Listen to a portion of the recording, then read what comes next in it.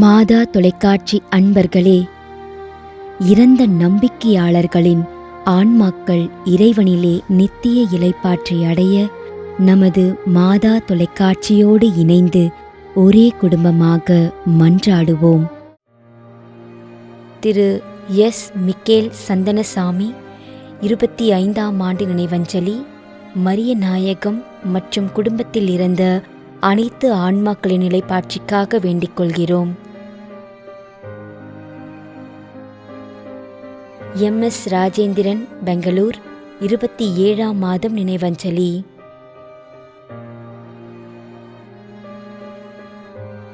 சூசை சஞ்சீவி, காரைக்குடி, 21ஆம் ஆண்டு நினைவஞ்சலி.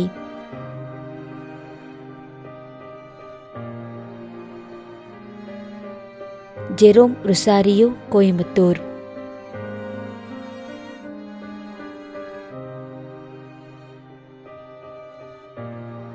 ஐ. ரோனிமோஸ், சென்னை.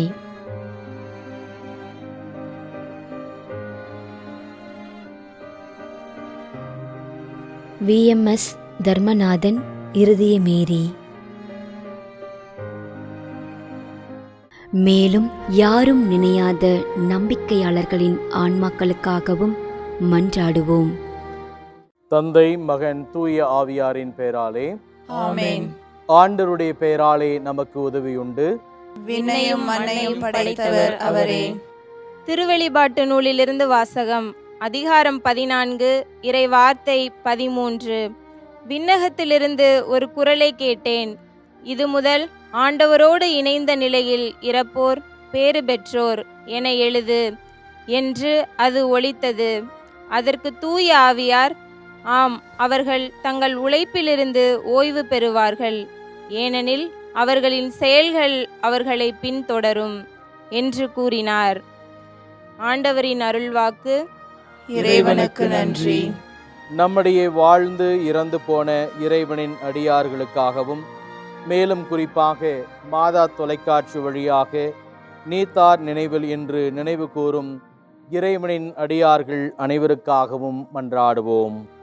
விண்ணுலகில் இருக்கின்ற எங்கள் தந்தையே, உமது பெயர் தூயது என போற்ற பெறுக. உமது ஆட்சி வருக. உமது திருவுளம் விண்ணுலகில் நிறைவேறுவது போல மண்ணுலகிலும் நிறைவேறுக. எங்கள் அன்றாட உணவை இன்று எங்களுக்கு தாரும். எங்களுக்கு எதிராக குற்றம் செய்வோரை நாங்கள் மன்னிப்பது போல எங்கள் குற்றங்களை மன்னியும். எங்களை சோதனைக்கு உட்படுத்தாதேயும், தீமையிலிருந்து எங்களை விடுவித்தருளும். ஆமென். மன்றாடுவோமாக. இறைவா, இரக்கம் காட்டுவதும் மன்னிப்பு அளிப்பதும் உமது இயல்பு.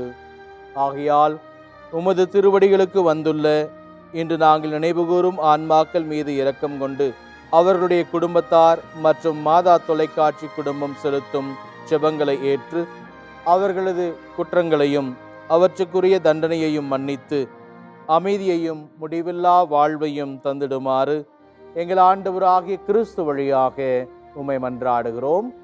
ஆமென். நிலையான இளைப்பாறுதலை ஆண்டவரே இவர்களுக்கு அளித்தருளும். முடிவில்லாத ஒளி இவர்கள் மேல் ஒளிர்வதாக. இறந்த நம்பிக்கையாளர்களின் ஆன்மாக்கள் இறைவனின் இரக்கத்தினால் அமைதியில் இளைப்பாறுவனவாக. ஆமென்.